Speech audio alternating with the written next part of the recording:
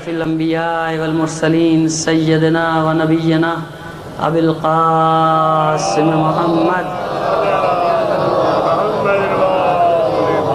وآله الطيبين الطاهرين المعصومين ولعنة الله على أعدائهم أجمعين من الآن إلى قيام يوم الدين. أما بعد فقد قال الله تعالى في كتابه المبين وهو أصدق القائلين وقوله الحق.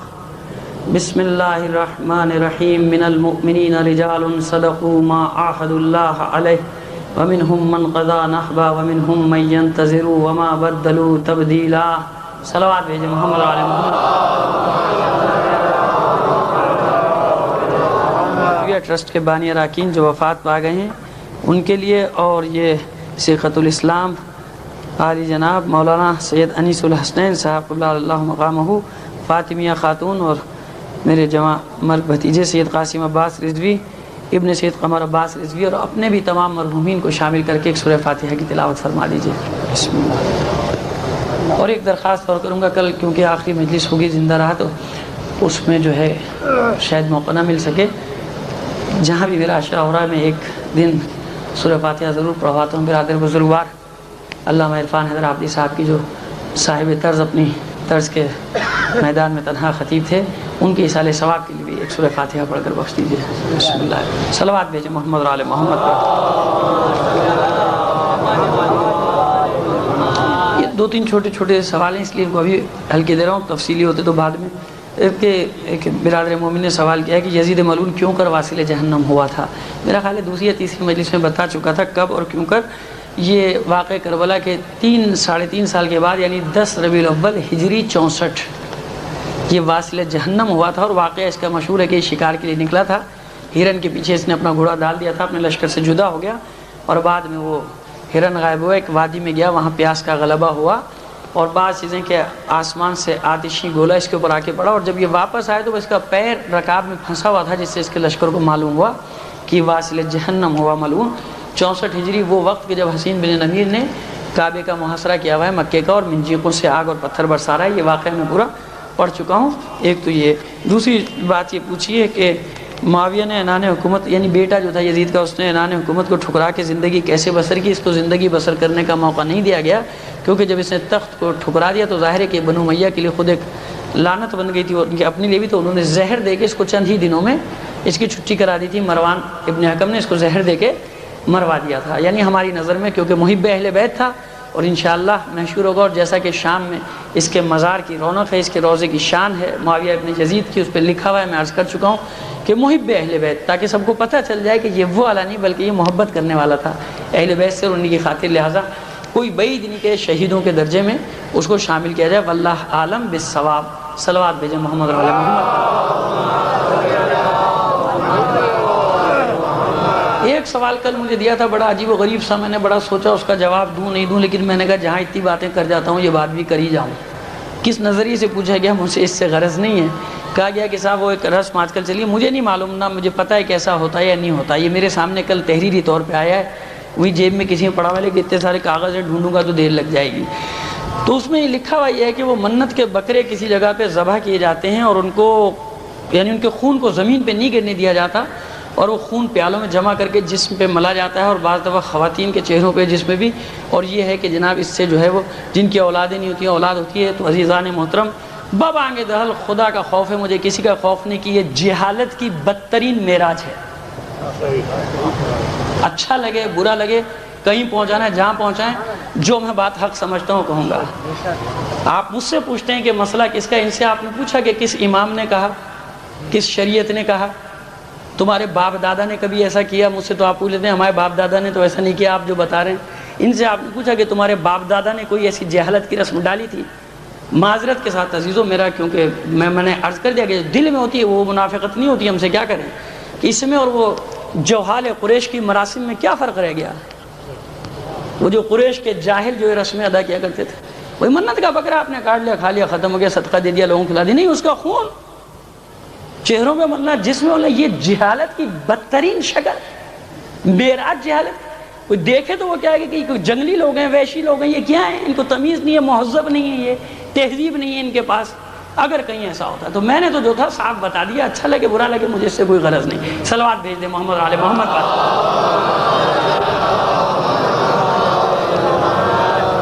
تو عزیزان محترم اب اپنے موضوع کی طرف آتے ہیں. کل میں نے عرض کیا تھا کہ بڑی تیزی میں گیا اور بہت ساری جزیات چھوڑ دی تھی. جزیات سے مراد یہ کہ جو اہم جزیات تھیں ان کو میں نے چھوڑ دیا تھا.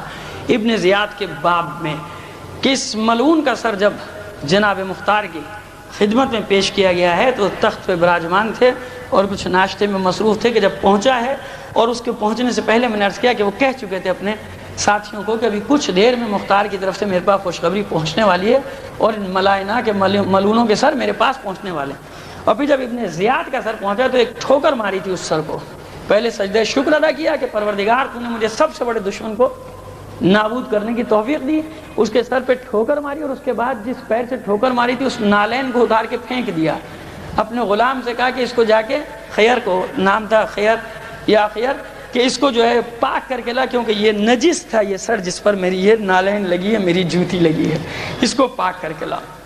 اس کے بعد تاریخوں نے لکھا اور مختلف تاریخوں نے لکھا کہ مسلسل ایک سانپ باریک سا آیا جو اس کی ناک سے داخل ہوتا تھا، منہ سے نکلتا تھا، منہ سے داخل ہوتا تھا، اس کی ناک سے نکلتا تھا، کہ ڈر گئے درباری. اور جناب مختار نے کہا کہ اس کو یہی کرنے دو، یہ خدا کی طرف سے اس پر عذاب نازل ہو رہا ہے، کہ سب مشاہدہ کر لے ساری دنیا کہ یہ کس عذاب میں مبتلا ہوا. اس کے بعد ان ملعونوں کے سر کو، کہ 3 سر تو اس میں شامل ہیں، شمر کا، عمر سعد کا اور ابن زیاد کا، اور بعض روایت میں کہ 70 جو بڑے بڑے سربراہوں کے سر تھے، ان تمام سروں کو جناب محمد حنفیہ کی خدمت میں مکے بھیجا اس نے. اور 30,000 درہم بھی ساتھ میں بھیجے جو مال غنیمت سے تھے. حصہ نکال کے امام کے نائب کے حوالے کیا. تو وہاں جناب محمد حنفیہ کے پاس جب یہ سر پہنچے تو آپ نے دعا دی کھڑے ہو کر بے ساختہ مختار کو کہ پروردگار مختار کو اس کار خیر کی جزا دے کہ اس نے ہم پر جو بدلہ تھا قاتلان حسین کا، اس بدلے کو ہماری نیابت میں، اس بدلے کو اس نے، ظاہری جو انتقام تھا، اصل انتقام تو خدا لے گا. امام زمانہ اجل اللہ تعالیٰ فرجہ الشریف تشریف لائیں گے اور ان سفیانیوں سے انتقام لیں گے. لیکن وہ ظاہری انتقام جو تھا کہ مومنین کے دل کو ٹھنڈک ہو جائے، مومنین کے دل کو سکون ہو جائے، اس ظاہری انجام کو اس نے پہنچا. اور پھر ابراہیم کو دعا دی، کیونکہ جناب مختار نے خط میں لکھ دیا تھا کہ ابن زیاد کا یہ کارنامہ میرے جرنیل، میرے بازو، میرے بھائی ابراہیم بن مالک اشتر نے انجام دیا ہے. تو جناب محمد حنفیہ نے جناب ابراہیم کو بے شمار دعائیں دی کہ خدا تیرے بازوؤں کو اور قوت عطا فرمائے. اور اس کے بعد یہ تمام ہدایہ جو تھے آپ جانتے ہیں کہ اس لیے اماموں نے تاکید کی کہ مختار کو برا نہ کہو. یہ جو پیسہ پہنچا تو اتنی غربت تھی اس وقت بنی ہاشم جو مکے میں تھوڑے سے اور مدینے میں آباد تھے کہ ان کے گھر ٹوٹے ہوئے تھے، شکستہ تھے تعمیر کے لیے، کیونکہ ساری حکومتیں مخالف، کہیں سے کوئی ذرائع آمدنی نہیں، مزدوری کر رہے ہیں چھوٹی موٹی، اس سے گزارا ہوتا تھا. تو اس پیسے سے جناب مختار کہتے ہیں کہ مختار وہ ہے، جناب محمد حنفیہ کہتے ہیں کہ مختار وہ ہے کہ جس کی بھیجی ہوئی رقم سے اہل بیت کے شکستہ گھروں کی تعمیر ہوئی ہے، بیواؤں کی ازواج ہوئی ہے. اس نے ہم اہل بیت کے گھروں کو آباد کرایا ہے، اس نے خدا اور رسول کو خوش کیا ہے، اس نے رسول اور اولاد رسول کے دلوں کو ٹھنڈک عطا کی ہے. اور اس کے بعد یہ تمام سر، خصوصاً ان میں سے 3 سروں کا ذکر ہے کہ عمر سعد، ابن زیاد اور شمر، اور بعض روایتوں میں اور تاریخوں میں صرف عمر سعد اور ابن زیاد کا ذکر ہے، لیکن بعض میں شمر کا بھی ذکر ہے. ان تینوں کے سر امام زمانہ اس وقت امام زین العابدین علیہ السلام کی خدمت میں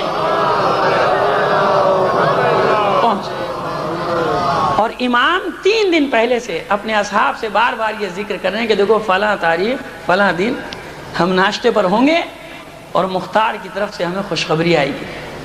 اور میں نے خدا سے دعا کی تھی کہ پروردگار، عاشور کے دن میں نے دعا کی تھی کہ پروردگار مجھے موت نہ دینا جب تک میں اپنے بابا کے قاتلوں کا ظاہری انجام نہ دیکھ لوں، یعنی اس دنیا میں ان کے سر نہ دیکھ لوں.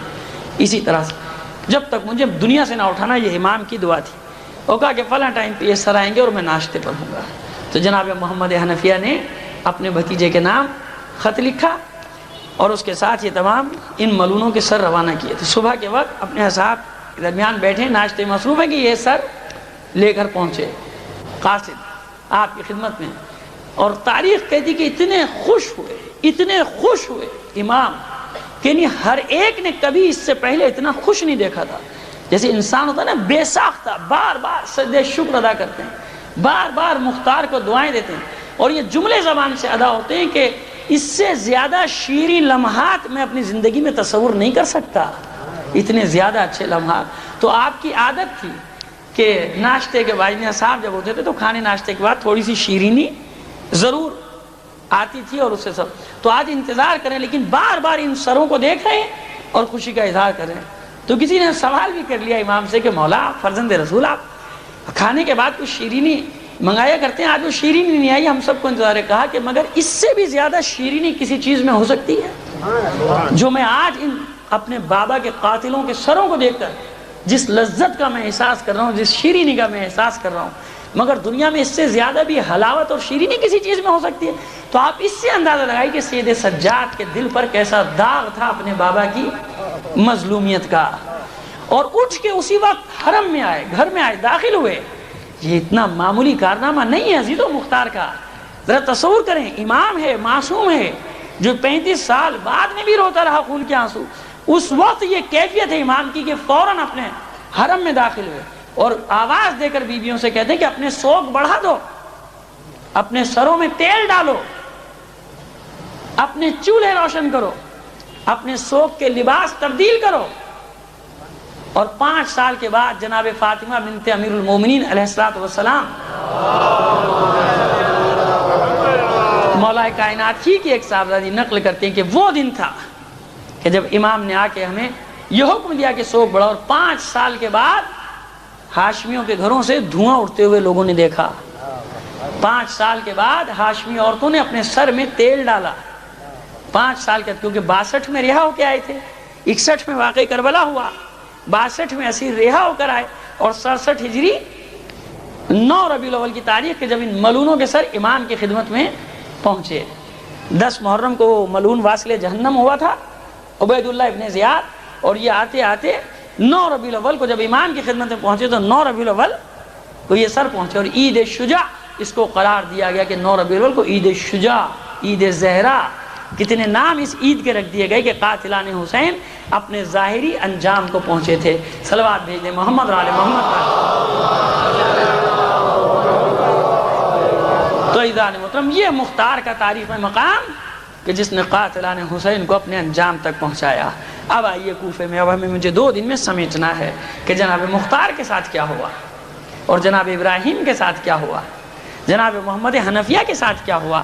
بہت چھوٹے چھوٹے تاریخی مسئلے جو بہت سارے مسئلوں کو ہمارے حل کر دیتے ہیں کہ کس طرح سے سادات کو ہجرت کرنی پڑی. اور یہ جو آپ دیکھتے ہیں فارس کے سرحدوں پر, یا ایران, جو یہ ایران موجودہ کہلاتا ہے, ان شہروں میں جو امام زادوں کی اتنی بڑی تعداد ہے, یہ کب سے ہجرت کرنی شروع کی سادات نے. مختار نے جب قاتلان حسین کو, یہ بڑے بڑے قاتلان حسین, ان کو انجام تک پہنچا دیا, جن کی تعداد بعض تواریخ میں 1.5 لاکھ سے بھی اوپر لکھی ہوئی ہے, اور کم سے کم جو لکھی علامہ امینی نے کہ 18,000 قاتلان حسین کو انجام تک پہنچایا. لیکن ہم اس کو یوں جمع کر سکتے ہیں دونوں تاریخوں کی روایت کو کہ قاتلان حسین تو 18,000 ہوں گے, لیکن جو بقایا جنگیں ہوئیں, جیسے موصل میں ابن زیاد کا جو مارکہ ہے, اس ابن زیاد کے مارکے میں 70,000 زیادیوں کو جہنم واصل کیا تھا جناب ابراہیم بن مالک اشتر نے. تو ان جنگوں کو جمع کیا جائے تو کوئی عجیب نہیں لگتا, مبالغہ نہیں لگتا کہ 1.5-2 لاکھ تک ان دشمنان اہل بیت کی تعداد پہنچی ہو, کہ جن کو جناب مختار نے جناب ابراہیم بن مالک اشتر کی مدد سے واصل جہنم کیا. تو یہ ان کی تعداد کے متعلق جو اختلافی روایتیں, ان کو میں نے جمع کر کے آپ کے سامنے پیش کر دی. اب جناب مختار جناب ابراہیم سے کہتے ہیں کہ اب آپ جائیے اور موصل اور اس کے اطراف کی گورنری میں آپ کے سپرد کرتا ہوں, اب آپ وہاں جائیے. تو جناب ابراہیم بن مالک اشتر کہتے ہیں کہ دیکھیے آپ کے دشمنوں کی تعداد بہت بڑھ گئی ہے, کیونکہ ظاہر ہے اتنا جو قتل عام ہوا کوفیوں کا بھی, تو ان کے بھی عزیز و اقربا رشتہ دار سارے آپ سنتے تو چلے آ رہے ہیں نا, کہ رشتہ تو کہیں نہ کہیں سے مل ہی جاتا ہے نا, سب کا ادھر ادھر سے جڑ جاتا ہے, تو وہ کینے رکھے ہوئے دلوں میں. آپ اس سے اندازہ کر لیجئے کہ جناب مختار کا چچا زاد بھائی مصعب ابن زبیر کے لشکر میں صرف اس لیے شامل, عبد الملک ابن مروان کے لشکر میں اس لیے شامل ہو گیا تھا کہ مصعب ابن زبیر سے قتل کا بدلہ لے جناب مختار کا. تو یہ ایک قبائلی سسٹم اتنا اسلام اور آنے کے باوجود اتنا پیچیدہ اور اتنی جڑیں اس کی مضبوط تھیں کہ لوگ بعض اوقات یہ نہیں دیکھتے کہ دین ایمان، بس ان کو یہ ہوتا تھا کہ اپنے خون کا انتقام لینا ہے بس ہمیں۔ اور آپ دیکھیں کہ اس قبائلی سسٹم میں ائمہ طاہرین کا وجود، معصومین کا وجود، اور معصومین کا اتنی بڑی تعداد میں تربیت یافتہ افراد کو جمع کرنا کہ جو ان تمام عصبیات سے دور ہو کر محض اور محض خدا اور رسول کی خوشنودی کی خاطر دین کے راستے پر چلیں۔ اب چھوڑیے اس زمانے کو، اب آج دیکھ لیجئے تعصبات اور عصبیات کے عالم کو، کہ یہ نہیں دیکھا جاتا کہ حق کیا بات ہے، لیکن کون ہے، ارے اپنا ہے بھائی، اپنی برادری کا، آدھی برادریاں ادھر، یہ پڑھے لکھے لوگ برادریوں میں کتنی جلدی تقسیم ہوتے ہیں، حساب نہیں، یہ ہے تو ہمارے خاندان کا نا، اب تو خاندان کا ساتھ دینا پڑے گا، یہ ہماری برادری ہے، رضوی برادری ہے، یہ تقوی برادری ہے، نقوی برادری ہے، یہ فلاں شہر کی برادری ہے، فلاں شہر کی برادری ہے نا۔ تو جب آج یہ اس دور میں جب یہ عالم ہے تو سوچئے اس دور میں کیا عالم ہوگا۔ یہ جو آج اپنے آپ کو ترقی یافتہ اور بڑے ماڈرنائز اور مہذب لوگ کہتے ہیں، ان کے تعصبات کا یہ عالم ہے کہ جناب اتنا تعصب ان میں گھسا ہوا ہے، خاندان کا تعصب، شہر کا تعصب، زبان کا تعصب، اس کا تعصب، اس کا تعصب، حتیٰ محکموں کا تعصب، اداروں کا تعصب۔ تو آپ سوچیں کہ اس زمانے میں لوگوں کا کیا عالم ہوگا۔ صلوات بھیجیں محمد علیہ محمد پر۔ تو جناب ابراہیم بن مالک اشتر منع کرتے ہیں کہ مجھے اپنے سے جدا نہ کیجیے۔ تو جو جملے ہیں تاریخ میں جناب مختار کے کہ ابراہیم تم جاؤ، میرا جو مقصد تھا میں پورا کر چکا، اب مجھے پرواہ نہیں ہے، میں قاتلان حسین کو جہاں جہاں چن چن کر مار سکتا تھا، جتنی فہرست تھی میں نے اپنا کام پورا کر دیا، اب مجھے اس کی کوئی فکر نہیں، لیکن وہاں جہاں تمہیں بھیج رہا ہوں وہاں کے لوگوں کو تمہاری ضرورت ہے۔ رخصت کر دیا۔ جناب ابراہیم بڑے آہوزاری کے ساتھ روتے ہوئے جناب مختار سے رخصت ہو گئے۔ جناب مختار سے رخصت ہوئے، پہنچے موصل کی گورنری اور اس کے اطراف کے علاقوں کی سنبھال لی۔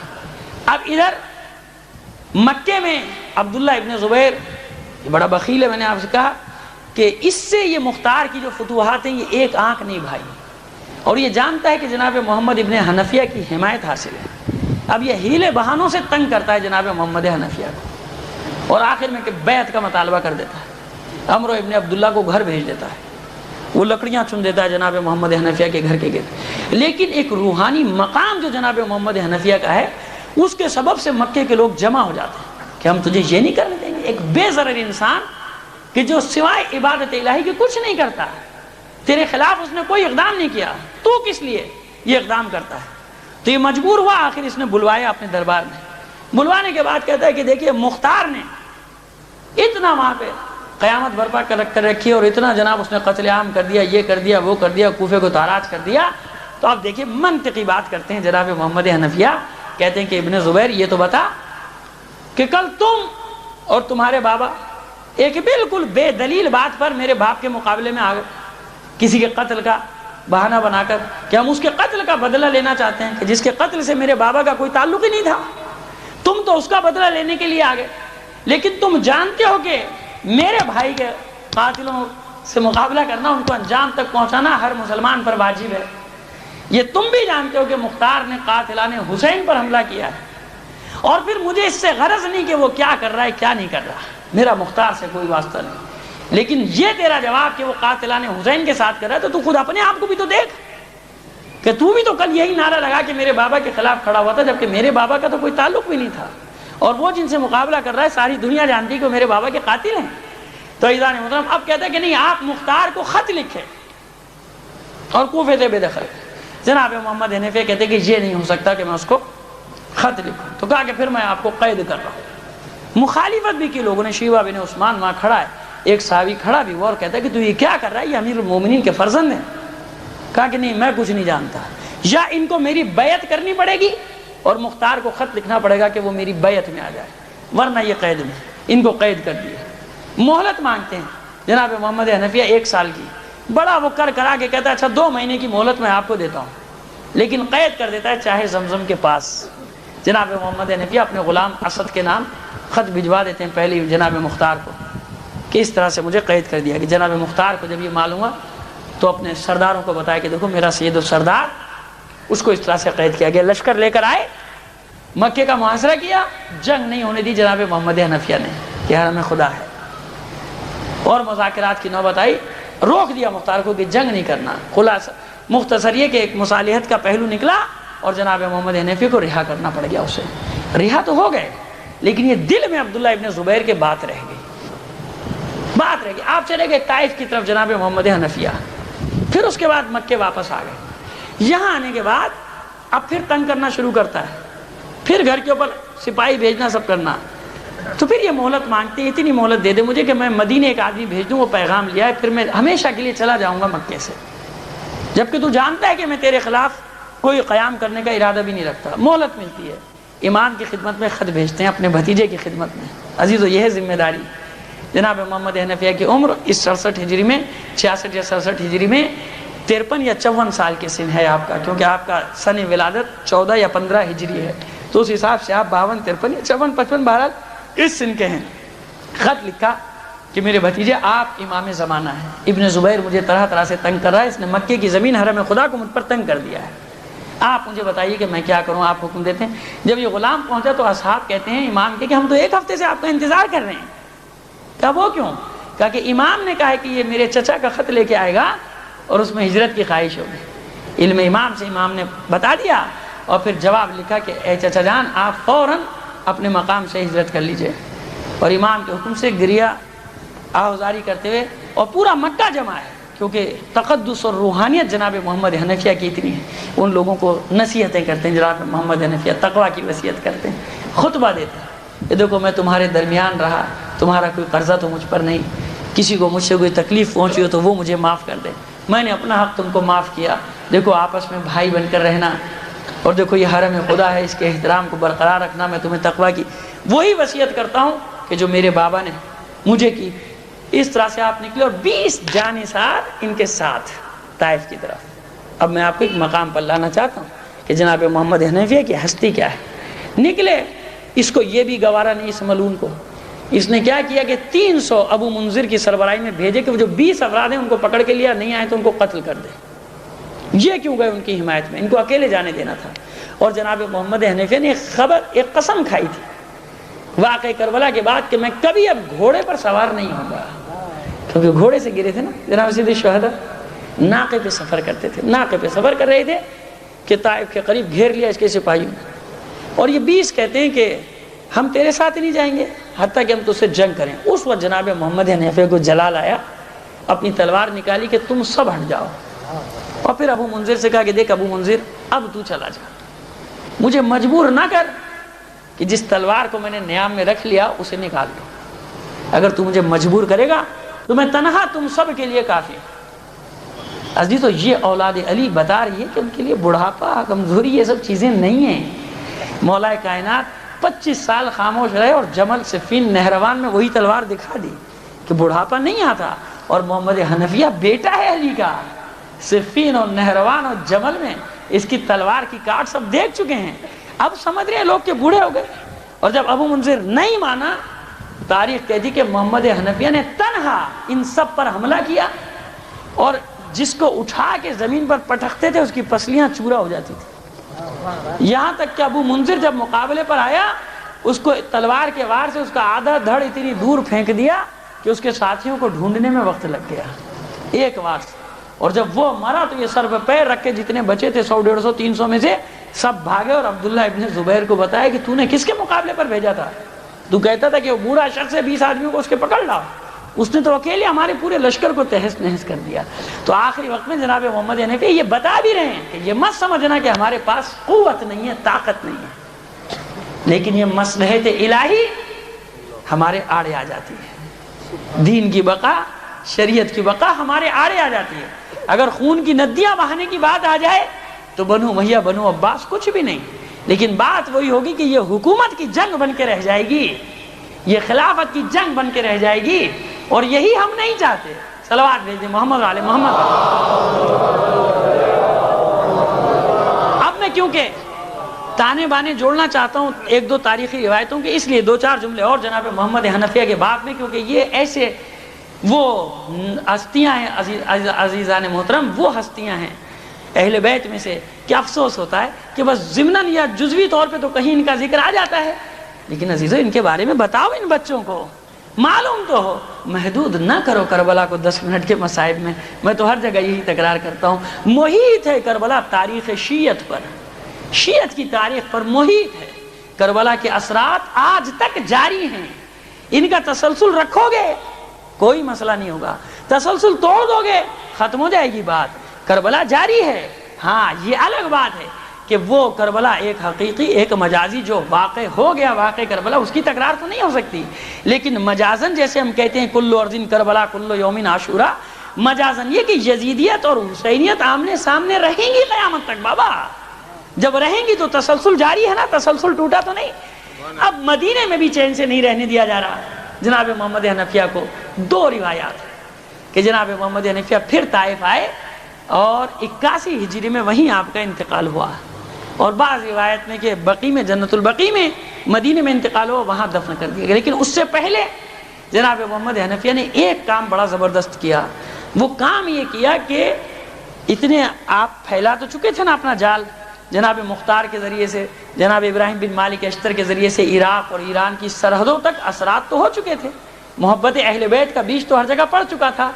ہجرت کی بنیاد ڈالی کہ مدینے سے اور مکے سے ہاشمیوں کو نکالنا شروع کیا، اور آپ عجیب بات دیکھیں گے کہ سب سے پہلے ظاہر ہے کہ اس کے بعد ہی جتنے بھی آپ کو ملیں گے امام زادوں کے مزارات اور روضے مقدسہ ایران اور عراق میں، وہ بعد کی اولاد ہیں۔ آپ کو جناب احمد بن محمد حنفیہ کا مزار ملے گا قم کے پاس ایک دیہات میں، احمد بن محمد حنفیہ یعنی جناب محمد حنفیہ کے فرزند، ان کو ہجرت کرائی، اور ان کے ساتھ جناب عباس علیہ السلام کے بیٹے جو ایک کربلا میں بچے، اور ان کے پوتے شہزادہ علی بن فضل بن قاسم بن عباس یا شہزادہ علی بن قاسم بن فضل بن عباس، ان دونوں کے مزارات مقدسہ قم کے قریب، اب تو خیر وہ شہر میں داخل ہو گیا، آپ دیکھیں گے مشہور ہے زیارت شہزادہ علی کے نام سے، شہزادہ علی وہ اسٹاف بھی ہے وہاں بسوں کا اور ویگنوں کا اور ٹیکسی والے بھی لے کے، اس کے برابر میں آپ دیکھیں گے زیارت ہے جس کے دروازے پہ لکھا ہوا ہے احمد بن محمد ابن حنفیہ۔ تو یہ جناب محمد ابن حنفیہ کا کارنامہ تھا کہ اولاد رسول میں سے اپنے بچوں کے ساتھ ساتھ منتقل کرتے رہے، پھیلاتے رہے، یہاں تک کہ آذربائیجان تک میں آپ کو اولاد رسول کے مزارات ملیں گے، ان کو نکالتے رہے تاکہ یہ اولاد رسول کا سلسلہ یہ پھلتا پھولتا رہے۔ اور یہی عزیزو یہ آپ سارے آج جو سادات کا ماشاءاللہ یہ پورے دنیا میں ختم ہو گئے، جنہوں نے 2 کا دعویٰ کیا، 3 کا دعویٰ کیا، 4 کا دعویٰ کیا، کہاں ہیں کچھ نہیں پتا۔ ہم کہتے ہیں 2 نہیں جی 20 ہوں گی، ہم کہتے ہیں 2 نہیں جی 20 ہوں گی، لیکن بات یہ ہے کہ وہ ایک جو تھی بیٹی رسول کی، اس کی اولاد، اس کی نسل، آج کوئی فخر سے اپنے آپ کو کسی دوسرے سے منسوب نہیں کرتا۔ ارے یہ تو اعزاز اس بیٹی کا ہے کہ لوگ جعلی بھی بنتے ہیں تو ادھر ہی آگے، ارے بھائی کوئی جعلی بن کے ادھر نہیں ہو گیا، چلا جائے تو وہاں تو جو اصلی تھے انہی نے بھی کہا نہیں ہم یہاں سے نہیں ہیں، ہمیں وہیں سے جوڑو، اس لیے کہ بھائی پتہ ہی نہیں چلا کہاں گئے، آخر اولادیں تو تھیں کہاں گئیں ہیں، بکھری ہوئی ہیں لیکن چھپاتی ہیں، کیوں؟ جانتی ہیں کہ یہ اعزاز سیدہ کو حاصل ہے، یہ رسول کی بیٹی پر صلوات بھیجیے محمد علیہ۔ لیکن یہ خوشی کی بات نہیں ہے کہ لوگ خوش ہو جائیں کہ چلو جی ہاں بننا ثواب ہے ادھر بن لو آ کے، اپنی نسل نہیں بدلنا چاہیے انسان کو، بھائی جو نسل ہے وہی رکھو۔ ویسے اور بھی ترکیبیں لوگ بتاتے رہتے ہیں کہ صاحب وہ تو کوئی مسئلہ ہی نہیں ہے، ہماری گواہی کے لیے تو اتنے سارے افراد موجود ہیں، ہم تو ان کے سامنے بنے تھے جب آئے تھے، سرٹیفکیٹ لکھوا لیا تھا جب آئے تھے ان کے سامنے بنے تھے۔ تو یہ خوشی کی بات نہیں کہ انسان سوچے کہ بھائی یہ تو اچھی بات ہے ان سے منسوب کر لو، کہ بابا تم ان سے منسوب کرو یا نہ کرو، اگر تمہارا عمل ایسا ہوگا تو وہ خود تمہیں اپنے میں شامل کر لیں گے، اور اگر تمہارا عمل ایسا نہیں ہوگا تو نبی کی اولاد بھی نبی کی اولاد نہیں رہی، غرق ہو گئی سیلاب میں، ہے نا۔ عمل ایسا ہوگا تو رسول کہہ دے گا سلمان منا اہل البیت، سلمان ہاشمی نہیں، قرشی نہیں، کچھ بھی تو نہیں، مطلبی نہیں، ابو طالب کی اولاد نہیں، عبد المطلب کی اولاد نہیں، عبد مناف کی اولاد نہیں۔ عمل میں اتنا قریب آئے کہ رسول نے کہہ دیا میرے اہل بیت میں سے، تو جی تو جعلی بننے کی ضرورت تھوڑی، عمل تمہارا ایسا ہو جائے گا قیامت کے دن اہل بیت کہیں گے کہ ہم میں سے ہے، اس کو ادھر لے آؤ، صلوات بھیج دیں محمد علیہ محمد۔ تو بہرحال ایک بات تھی میں نے عرض کر دیا کہ یوں یہ نسل پھلی پھولی، کیونکہ خدا کا وعدہ تھا انا اعطیناک الکوثر، یہ تمہیں ابتر کہتے ہیں، یہ تمہیں بے نسل کہتے ہیں۔ رسول ساری دنیا چاہے گی کہ تمہاری نسل کو مٹا دے، ساری دنیا تم پہ یلغار کرے گی کہ تمہاری اولاد کا نام مٹ جائے. ہم اس کو اتنا پھیلا دیں گے کہ اگر آج بھی تناسب نکال لیا جائے تو میں قسم کھا کر یہ دعویٰ کر سکتا ہوں کہ سادات کا تناسب سب سے زیادہ ہوگا, اولاد زہرا کا تناسب سب سے زیادہ ہوگا. صلوات بھیجیں.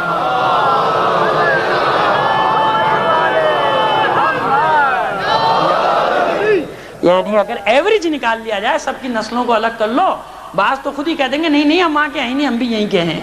تو یہ اعزاز ہے, یہ قدرت دیتی ہے اعزاز, یہ انسانوں سے نہیں ہوتا. ہم نے دیکھیے بالکل عقلی بات ہے کہ ہم نے کسی کو منع کیا کہ یہ دن مناؤ, یہ دن بھائی مناؤ, تم, ہم نے کب کہا مناؤ, نہیں مناؤ. پوری دولت لگی ہوئی ہیں, حکومتیں لگی ہوئی ہیں, سارے وسائل لگے ہوئے ہیں, دن مناؤ مناؤ مناؤ مناؤ مصیبت. ہم نے تو کسی کو نہیں کہا کہ 2 مہینے 8 دن عزاداری مناؤ, ہم نے تو کوئی وسائل کوئی حکومت نہیں. تو بات یہ کہ ایک بار جبر کر کے ایک دن منانا مصیبت. ہم تو کہتے ہیں مناؤ, اور جس کو جس سے محبت ہے منائے گا مناؤ. اور یہاں 2 مہینے 8 دن حکومت چاہے نہ ہو, یہ چاہے نہ ہو, وہ چاہے نہ ہو, دشمن چاہے نہ ہو, تو یہاں تو کسی نے کسی پر جبر نہیں کیا, یہاں تو کسی نے جبر نہیں کیا. سارے تو بات کیا ہے, فرق کیا ہے, یہ آپ کا کمال نہیں ہے, میرا کمال نہیں ہے. بات یہ کہ ایک ذکر میں اتنی قوت ہے کہ وہ خود زندہ رہتا ہے, ایک ذکر میں اتنی طاقت ہے کہ وہ منواتا ہے. 2 مہینے ہی بھائی, 2 مہینے سارا سال ہوتا رہتا ہے. اور ایک ذکر کو منوانے کے لیے پورے وسائل استعمال کرو, تو فرق ہے نا, زمین آسمان. تو ہم نے تو منع ہی نہیں کیا کہ وہ مناؤ, ہمیں کیا پڑی ہے, جس کو جو مرضی مناؤ. لیکن اس پر اعتراض نہ کرو بھائی, یہ کسی کے بس کی بات نہیں. اس میں خون مومنین کا, اس میں قربانیاں اتنی گئی کہ دنیا کی کسی تحریک میں اتنا خون نہیں پڑا جتنا خون یہ کربلا کی تحریک کو دیا گیا ہے. صلوات بھیجیں محمد آل محمد کا.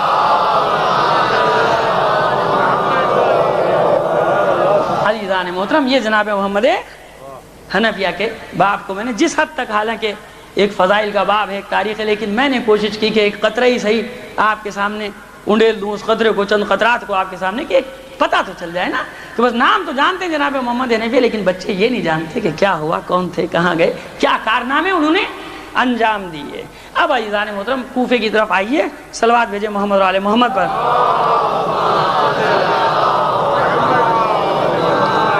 مصعب ابن زبیر جو بصرے میں بیٹھا ہے, بعض تاریخیں کہتی ہیں کہ جناب مختار نے خط لکھا اس کو کہ تم میری بیعت قبول کرو. بعض تاریخوں میں یہ ہے کہ ایک قاتل محمد ابن اشش بچ گیا تھا, بعض میں کہ کوفے میں قتل ہو گیا, بعض میں کہ بچ گیا تھا. خط لکھا تھا کہ ابھی تک تیرے پاس قاتلان حسین میں سے 1-2 افراد ہیں, ان کو میرے پاس روانہ کر دیں. اب مصعب ابن زبیر تو طاق میں تھا, اس نے بھائی کو, اپنے عبداللہ ابن زبیر کو خط لکھا کہ مجھے لشکر دے, اور اب کوفے کے حالات کنٹرول سے باہر ہیں, اور یہ آہستہ آہستہ امیر مختار آگے بڑھتا جا رہا ہے. عبداللہ ابن زبیر نے اپنا بھی لشکر روانہ کیا, اور احواز کے جو والی محلب ابن ابی صفرہ, اس کو خط لکھا کہ فوراً اپنا لشکر لے کے میرے بھائی کے ساتھ مل جا. اس نے لیت و لال سے کام لیا احواز کے گورنر نے. تو مصعب نے خط لکھا ابن زبیر کو کہ جب تک یہ محلب ابن ابی صفرہ میرے ساتھ نہیں آئے گا میں جنگ پہ نہیں جاؤں گا. پھر اس کو تاکید کی گئی ہے اپنا ہزاروں کا لشکر لے کے احواز سے, خوزستان سے, اور آ کے مصعب ابن زبیر کے ساتھ ملا. اور مصعب ابن زبیر کے لشکر کی تعداد 1 لاکھ سے تجاوز کر گئی. اور پھر اس نے عراق کا رخ کیا, کوفے کے قریب پہنچا تو جناب مختار کو خبر ملی. جناب مختار نے بھی 30,000 کا لشکر ترتیب دیا اور اپنا سالار بنایا جناب احمر ابن شمیت یا شمیت, دونوں جملے صحیح ہیں, مفہوم ایک ہی دیتے ہیں.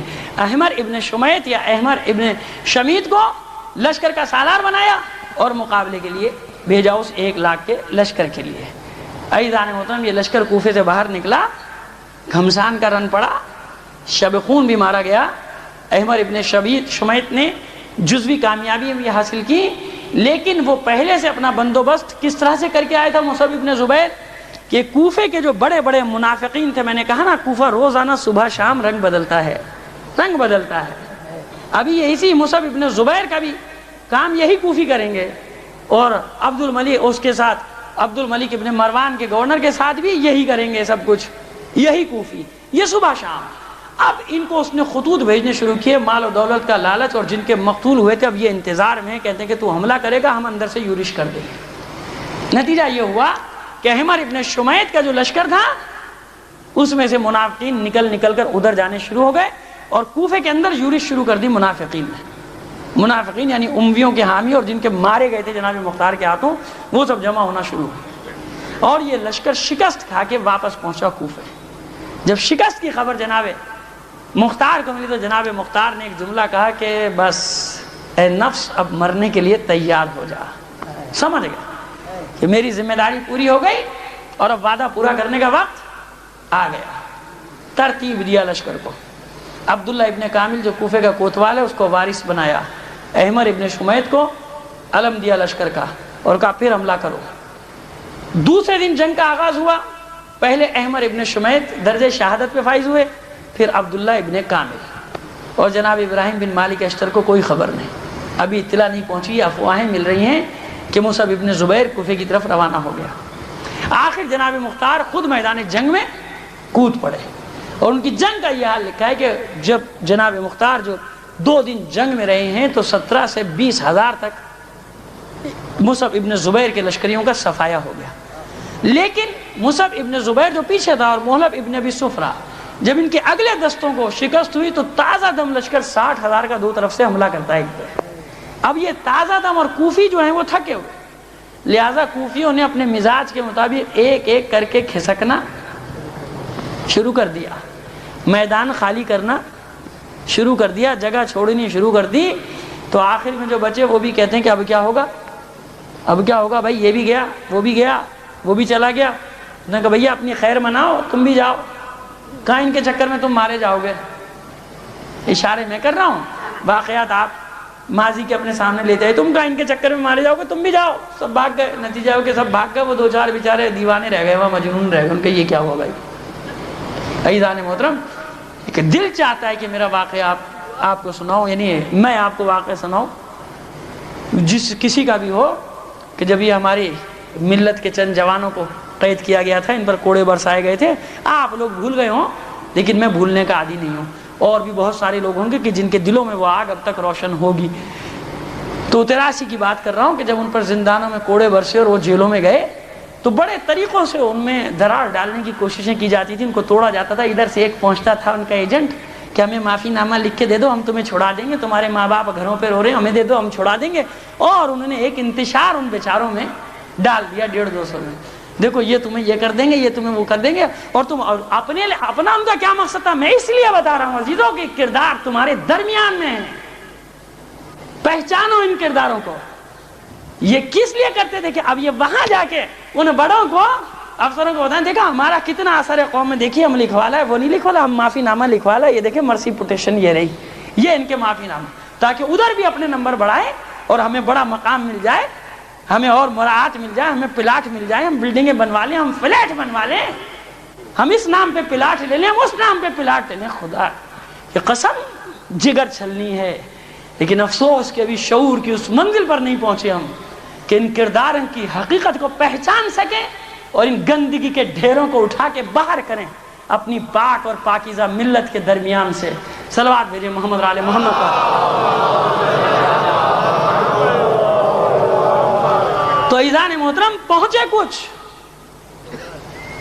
انتظامیہ کے افراد، چند اور افراد کے پاس بھی، اور کہا کہ بھئی وہ ساری آپ کی سزائیں وزائیں ختم ہو گئی، اب کچھ نہیں ہے، سزا وزا سب ختم، اور بڑی مبارک ہو آپ کو چھوڑ دے، اچھا یہ کاغذ ہے اس پہ سائن کر دیجئے۔ بھئی کیا کاغذ ہے دکھاؤ، اب جو دیکھو اس کے اوپر لکھا مرسی پروٹیکشن۔ بھئی انگلش تو پڑھنا نہیں آتی، بتاؤ تو صحیح کیا لکھا ہے۔ نہیں اس میں کچھ نہیں لکھا۔ وہ کہا جی ہم نے بڑی غلطی کی، ہم نے بڑا جرم کیا، اس کی وجہ سے شہر میں بدامنی ہوئی، سب کا نقصان ہوا، ہمارے گھر والے بھی پریشان ہوئے، ہم اپنے سے جرم پہ پشیمان ہیں اور ہماری سزا کو معاف کر دیا جائے۔ تو چند اور بھی سر پھرے تو ہر جگہ ہی ہوتے ہیں نا۔ انہوں نے جواب دیا واہ، گھر ہمارے جلے، لوگ ہمارے مر گئے، مسجدیں ہماری جل گئیں، عزا خانے ہمارے لٹ گئے، مجرم بھی ہم ہیں، گناہگار بھی ہم ہیں، سب کچھ ہمارے ساتھ ہو گیا، معافی بھی ہم مانگے۔ بڑا انصاف کیا تم نے، کہ بھئی یہ تو نہیں ہوتا، اب 1 سال 2 سال کی بات ہے، جائے اتنے مہینے گزر گئے، وہ بھی گزر گئے، اب بڑے جلال میں آ گئے وہ جلالی لوگ، کہتے پھر سڑتے رہو یہاں، سب چھوٹ جائیں گے، سب رہا ہو جائیں گے، تم لوگ یہاں سڑتے رہو گے۔ میں نے کہا لوگ کہنے لگے، وہ جو ان سے سر پھرے باتیں کر رہے تھے، کہ خدا کا شکر ادا کریں گے، خدا کا شکر ادا کریں گے کہ سب نے وہ راستہ اختیار کیا، چند ایک تھے جنہوں نے نہیں اختیار کیا۔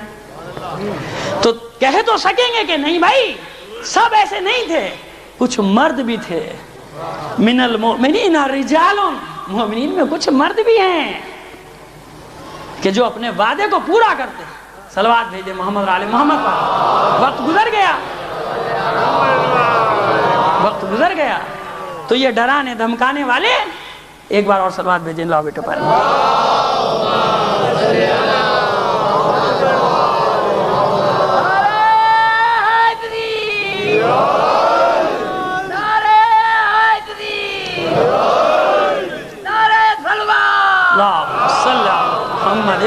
محمد بس آئیے منزل پہ آ رہا ہوں، بس میں موضوع کو اپنے سمیٹ رہا ہوں، آپ گھبرائیے گا نہیں، کل کی طرح میں دیر نہیں لگاؤں گا، اپنے وقت میں انشاءاللہ موضوع کو بالکل اختتام تک جو آج کی گفتگو کرنی ہے اس کو پہنچا دوں گا۔ تو اب یہ ڈرانے دھمکانے والے پہنچ گئے صفوں میں، کیا کر رہے ہو بھائی، اب ختم ہے، 1,00,000 کا لشکر اور چل گیا، وہاں سے بھی آ گیا۔ خاتمہ نتیجہ یہ ہوا کہ ساتھ چھوڑتے چلے گئے، اور جناب مختار محصور ہوتے ہوتے ہوتے ہوتے آخر دارالامارہ میں پناہ لینی پڑی، محصور ہو گئے، اور مصعب ابن زبیر داخل ہو گیا کوفے کے اندر۔ آتی پوچھا مختار کا دارالامارہ میں محصور۔ اب یہاں پر جناب مختار کو ابراہیم بن مالک اشتر کی شدت سے یاد آ رہی، پیغام پہلے بھی پہنچانے کی کوشش کی، اب بھی کوشش کی، لیکن راستے مسدود۔ لیکن جناب ابراہیم کے دل کا یہ عالم ہے کہ وہ افواہ کی بنا پہ وہاں سے چل پڑے۔ ایک خبر سنیے کہ جناب مختار کر مصعب ابن زبیر نے چڑھائی کی ہے، اور وہ چل پڑے ہیں، اور دعا کرتے جا رہے ہیں کہ پروردگار مختار کے شہادت سے پہلے، شکست سے پہلے مجھے کوفے تک پہنچ جاؤں، لیکن قدرت کو کچھ اور منظور ہے۔ محاصرہ ہوا یہاں تک کہ چند دنوں میں کھانے پینے کا چیزیں بھی ختم ہو گئی۔ جناب مختار نے ان افراد کو جمع کیا جو ان کے ساتھ سینکڑوں کی تعداد میں دارالامارہ میں محصور تھے، اور ان سے، اور بعض روایت میں کہ 6,000 تک کی تعداد تھی۔ جناب مختار کہتے ہیں کہ دیکھو یہ امان کی تمہیں بھیج رہا ہے، امان کی تم سے یہ کر رہا ہے کہ میں تمہیں امان دوں گا، تم باہر آ جاؤ، امان دینا چاہتا ہے تم کو، لیکن دیکھو تم میں سے کوئی بھی ایسا نہیں جس کے ہاتھ قاتلان حسین کے خون سے نہ رنگے۔ اگر تم نے اس کی امان میں چلے گئے تو یقین کرو کہ مصعب ابن زبیر تمہیں چھوڑ بھی دے تو یہ کوفے کے لوگ نہیں چھوڑیں گے، قتل کر دیے جائیں گے۔ میری بات مانو، ہماری تعداد اتنی ہے، ہم اہل بیت کے چاہنے والے، ہم قاتلان حسین سے انتقام لینے کے لیے آئے تھے، اور اپنا ہم نے کام پورا کر دیا۔ ہم ان پر نکلتے ہیں، حملہ کرتے ہیں، اور آخری بار داد شجاعت دے کر کربلا والوں سے ملحق ہو جاتے ہیں۔ بڑا جذباتی قسم کا خطبہ دیا، لیکن کسی نے جواب نہیں دیا، سکوت اختیار کر گئے۔ یہ لوگ ایک امید ہے ان کو کہ اگر ہم امان طلب کریں گے مصعب ابن زبیر ہمیں معاف کر دے گا۔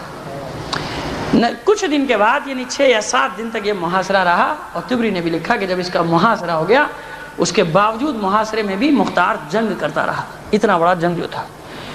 آخر میں جناب مختار نے یہ طے کر لیا کہ میں نکلوں گا اور لڑتے ہوئے جان دوں گا، اور شہادت کے درجے پہ فائز ہوں گا، اور میں جس مقصد کے لیے آیا تھا میرا مقصد پورا ہو گیا، میں مطمئن ہوں، یہی وعدہ تھا میرا، میں اسی لیے آیا تھا، اور مجھے یہ بھی معلوم ہے کہ اب میری شہادت کا وقت بھی آ پہنچا۔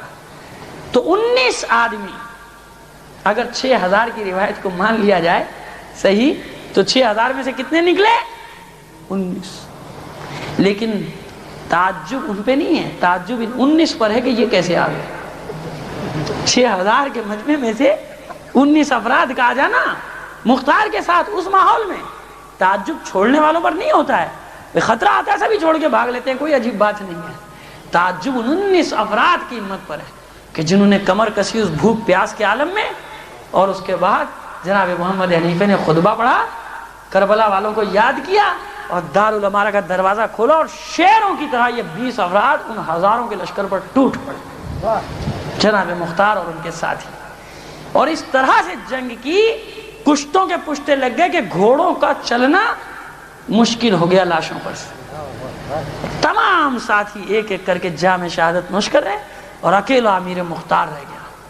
تاریخ لکھتی ہے کہ جب یہ تنہا رہ گیا تو اس کے حملوں میں اور شدت آ گئی، شیر کی طرح جس طرف جاتا تھا پرے کے پرے صاف کرتا تھا، اور جب تھک کر یہ بھوکا پیاسا علی کا شیر تھک چکا، زخموں سے چور ہوا، تو دارالامارہ کی دیوار سے ذرا سانس لینے کے لیے ٹکا، تو طارق اور طریق نام کے دو بھائی ملعون یہ آگے بڑھے اور انہوں نے پہلے تیروں سے وار کیا، اس کے بعد تلواروں سے وار کیا، جناب مختار کو گرایا اور جناب مختار کے سر کو قلم کر دیا۔ اس طرح یہ مختار اپنی شہادت کے درجے پر فائز ہوا۔ عزاداران حسین جناب مختار شہید ہوئے اور مصعب ابن زبیر داخل ہوا دارالامارہ میں، اس کے قدموں میں لا کے جناب مختار کے سر کو ڈال دیا گیا۔ اب یہ سروں کی بھی ایک تاریخ ہے جو میں کل کی مجلس میں آپ کے سامنے بیان کروں گا۔ وہ 6000 آدمی کہ جنہوں نے مختار کا ساتھ نہ دیا، مختار نے کہا تھا کہ ایک راستہ نکل سکتا ہے، اگر ہم 6000 مل کر حملہ کریں گے تو یہ یقینی ہے کہ راستہ بنانے میں کامیاب ہو جائیں گے اور تم میں سے کئی ہزار لوگ بچ بھی سکتے ہیں، نکل جائیں گے، تمہارے فائدے کی بات کرتے۔ لیکن نہیں مانا نا، ان سب کی مشقیں کستی گئیں۔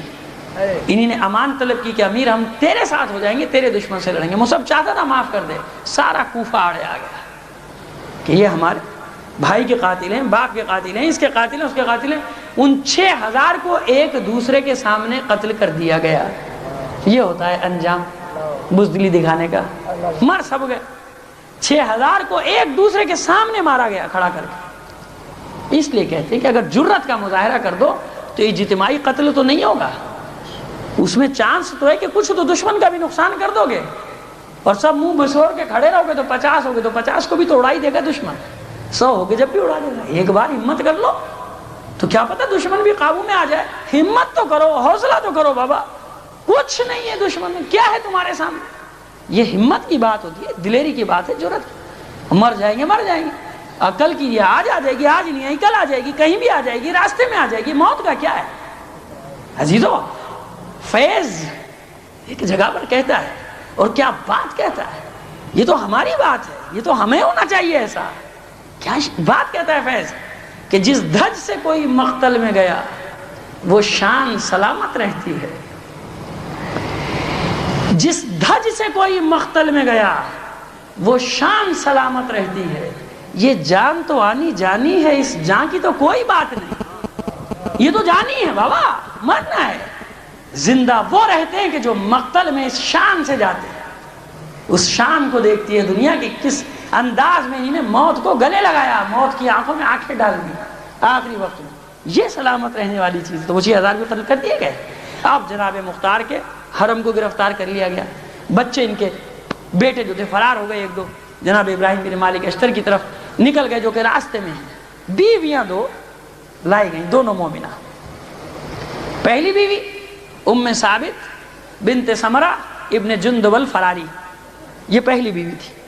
دوسری جس سے شادی ہوئی امرہ بنت بشیر ابن نعمان ابن بشیر الانصاری، ان دونوں بیویوں کو بھی گرفتار کر کے لایا گیا۔ اب مصعب کہتا ہے کہ برات کا اعلان کرو مختار سے، اس کے کفر کا اعلان کرو۔ دونوں بیویاں انکار کر دیتی کہ ہم ایسے شخص کو جس کو ہم نے رات رات بھر عبادت میں دیکھا، عابد شب زندہ دار پایا، جس کو ہم نے خدا کی بارگاہ میں مناجات کرتے گریا کرتے پایا، جس کو دن میں روزے سے پایا، ہم اس کے کفر کا اعلان کریں، نہیں ہو سکتا۔ مصعب بن زبیر نے عبداللہ ابن زبیر سے کہا کہ بھائی یہ ایسا ایسا مسئلہ ہے، کیا کروں ان کے ساتھ، اس کی بیویوں کے ساتھ؟ کہا کہ ان سے کفر کا اقرار کرا، نہیں کرتی ان کو قتل کر دے، ان کو قتل کر دے دونوں کو۔ تو پھر اس نے دونوں کو دربار میں بلایا، پھر یہ اعلان کیا کہ بتاؤ کفر کا اعلان کرتی ہو یا نہیں؟ تو ام ثابت بنت سمرہ ابن جندب الفراری کہتی ہے کہ تیرے تلوار سے، اگر تو تلوار کے زور پہ مجھ سے اقرار لینا چاہتا ہے تو میں تلوار کے خوف سے یہ اعلان کرتی ہوں کہ مختار کافر ہے، چھوڑ دیا اس کو۔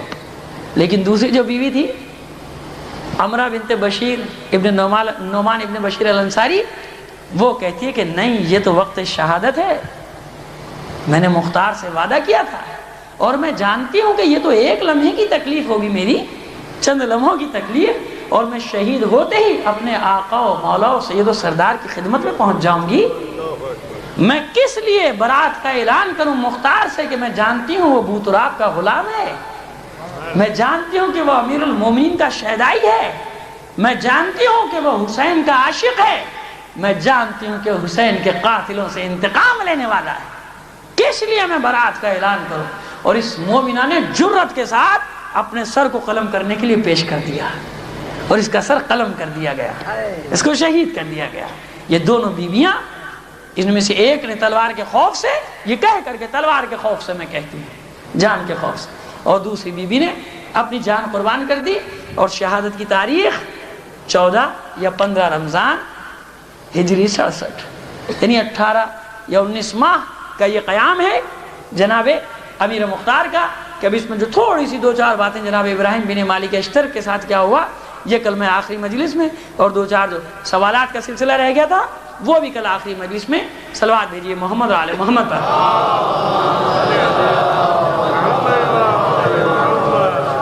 اب مصعب نے بڑی خوشی خوشی جناب مختار کے سر کو عبداللہ ابن زبیر کے پاس بھیجا، ایک غلام کے ہاتھ کہ تو لے جا، اور وہ بڑا خوش گیا کہ مختار کا سر لے کے جا رہا ہوں، مجھے کیا انعام ملے گا کیا نہیں ملے گا۔ پہنچا وہاں تو یہ مسجد الحرام میں بیٹھا ہوا تھا اور نماز پڑھا تھا، تو یہ گیا خوشی خوشی خط دیا اور کہتا ہے دیکھ یہ کپڑے میں جانتا ہے کیا ہے؟ تو عبداللہ ابن زبیر نے کہا کیا ہے؟ کہا کہ میرے پاس مختار کا سر ہے۔ تو عبداللہ ابن زبیر کہ تو پھر میں کیا کروں؟ کہا کچھ انعام دے؟ کہا مجھے کوئی انعام نہیں دینا، لے جا۔ اس کو تو اتنا یہ بخیل انسان تھا کہ وہ کہتا ہے کہ میں نے سر کو وہیں مسجد میں چھوڑا اور برا بلا کہتا ہوا میں اس کے پاس سے چلا گیا۔ خیر اب یہ ان کا انجام بھی کل کی مجلس میں اختتام تک پہنچا دوں گا۔ تو یہ جناب امیر مختار تک یہاں پہ ان کا معرکہ، ان کا قیام، ان کا آغاز، ان کا خروج اور ان کا انجام، اور یہ بتا دینا کہ میں نے اپنا کام انجام دے لیا، اب میں شہادت کے لیے تیار ہوں۔ اور یہ یقین رکھیے کہ شہادت ہی سے ملنی بھی چاہیے تھی، شہادت ہر ایک کو نصیب نہیں ہوتی۔ عزیزو یاد رکھو مولا متقیان علی بن ابی طالب علیہ السلام کسی جگہ پر شہادت کے بارے میں ارشاد فرماتے ہیں کہ یہ تو ایک خاص عطیہ ہے، لطف الہی ہے، لطف الہی کہ اپنے خاص بندے کو دیتا ہے، خاص مومن کو دیتا ہے۔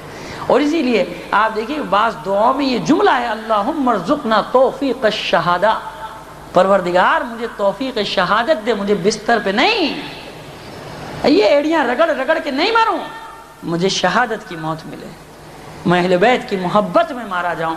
تو جب یہ جذبہ انسان میں آ جاتا ہے نا، پھر کوئی چیز اس کے سامنے کچھ نہیں رہ جاتی۔ اور میں نے عرض کر دیا کہ مرنا جینا اس سے کوئی قومیں ختم تھوڑی ہوا کرتی ہیں کہ آدمی کا مورل ڈاؤن کر لے، اپنی اسپرٹ کو ختم کر لے، اپنے قومیں ختم ہوتی ہیں جب ان کا جذبہ ختم ہو جائے، کوئی کسی کو ختم نہیں کر سکتا۔ جن قوموں کا جذبہ سلامت رہتا ہے، جو مرنا جانتے ہیں، ان کو موت کبھی بھی شکست نہیں دے سکتی، یاد رکھنا۔ جو مرنے کا انداز سیکھ لیں، جو مرنے کی ادا سیکھ لیں، ان کو کوئی دنیا کی قوم نہ شکست دے سکتی، نہ انہیں ہرا سکتی ہے، نہ انہیں ڈرا سکتی ہے، بلکہ ہر موت ان کے لیے زندگی کا پیغام بن کر آ جاتی ہے۔ صلوات بھیج دیں محمد علی محمد۔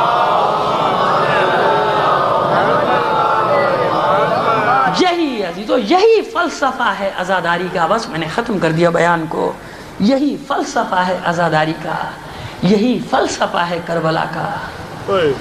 یہی وجہ ہے کہ دیکھیں حسینی پروانے کتنے اطمینان کے ساتھ موت پر جا کے کود پڑتے ہیں۔ یہی تو جذبہ ہے کہ اگر اس کو مثبت انداز میں آپ دیکھ لیجئے کہ دیکھیے حسین کا نام آتا ہے، آپ کے خون میں آپ کا خون جوش مارنے لگتا ہے۔ رسول کی حدیث ہے نا کہ میرے حسین کے نام میں ایسی حرارت ہے جو قیامت تک مومنین کے دل کو گرماتی رہے گی۔ حسین کا نام آتا ہے، آپ کو کسی تکلیف کا احساس ہوتا ہے؟ نہیں ہوتا۔ تو یہ اسی سے اندازہ کر لیں کہ کتنا جذبہ اور کتنا جوش ہے حسین کے نام میں۔ قیامت تک انسان کو جذبہ اور جوش عطا کرتا رہتا ہے۔ عزیزو ہم نزدیک ہیں آخری زمانے سے، اس وقت زیادہ ضرورت ہے کہ اپنے اس جوش اور جذبے کو مثبت راہوں میں استعمال کرو، مثبت راہوں پہ ڈال دو، مت خوف کھاؤ، دنیا کی کسی طاقت سے مت ڈرو۔ ایک یہ تو قافلہ ہے حسینیوں کو جو جاری ہے، ایک جائے گا دوسرا اس کی جگہ سنبھال لے گا، دوسرا جائے گا تیسرا اس کی جگہ سنبھال لے گا۔ کوئی خوف نہ کھاؤ، جسے بس موجود رہنا چاہیے وہ تو ہے نا،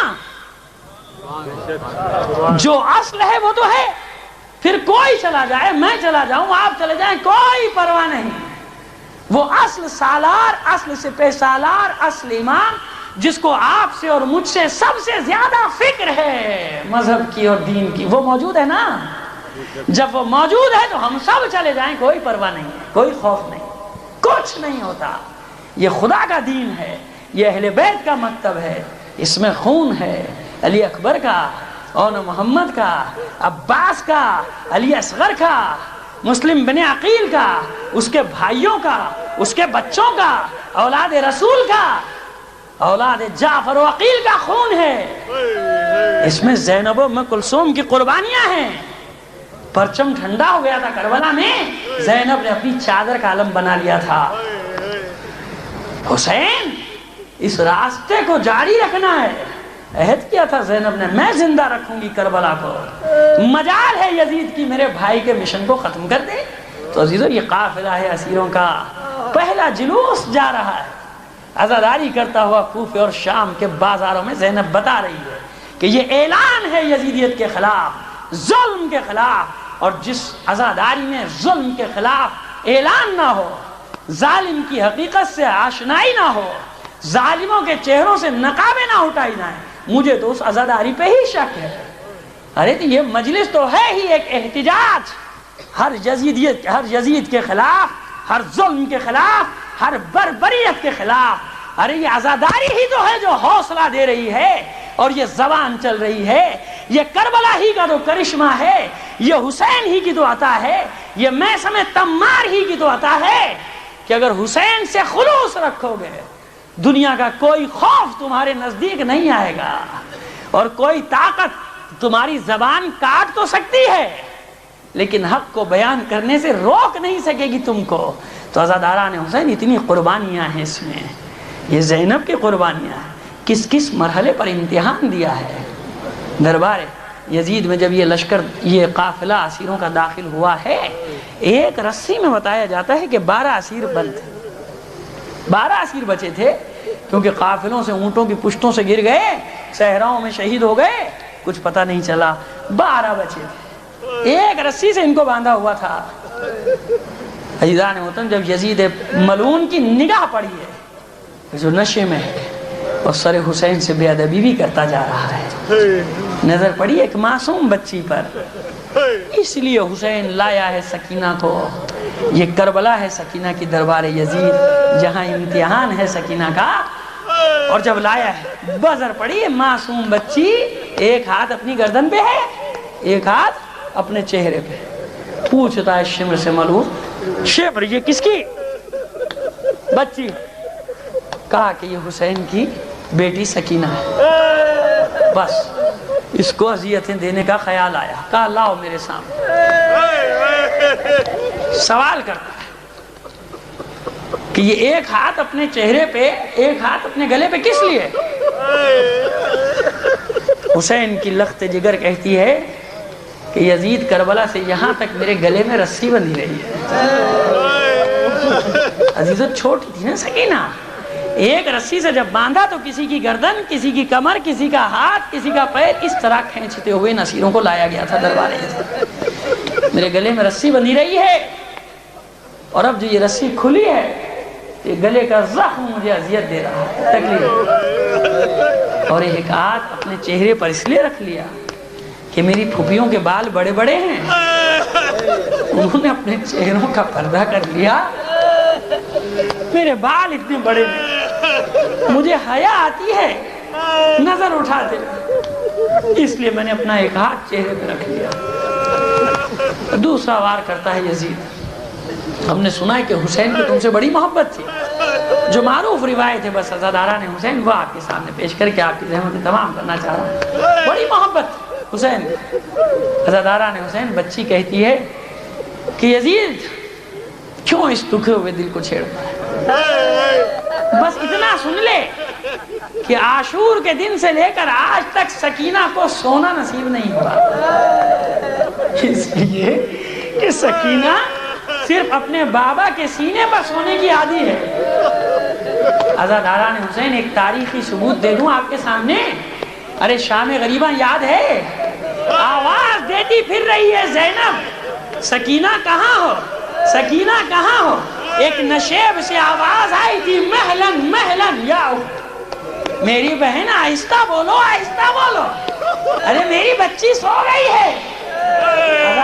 حسین اس بچی کے دامن میں جب آگ لگی تھی، کانوں سے لہو جاری تھا، دوڑتی پھر رہی تھی میدان کربلا میں، آواز دیتی پھر رہی تھی بابا بابا، بس ایک لاشے سے آواز آئی تھی الیہ الیہ سکینہ، میری بچی ادھر آ جا میرے پاس۔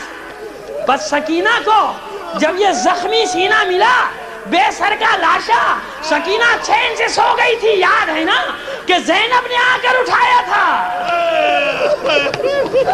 سکینہ کہتی ہے کہ یزید میں اپنے بابا کے سینے پر سونے کی عادی ہوں، آج تک سو نہ سکی۔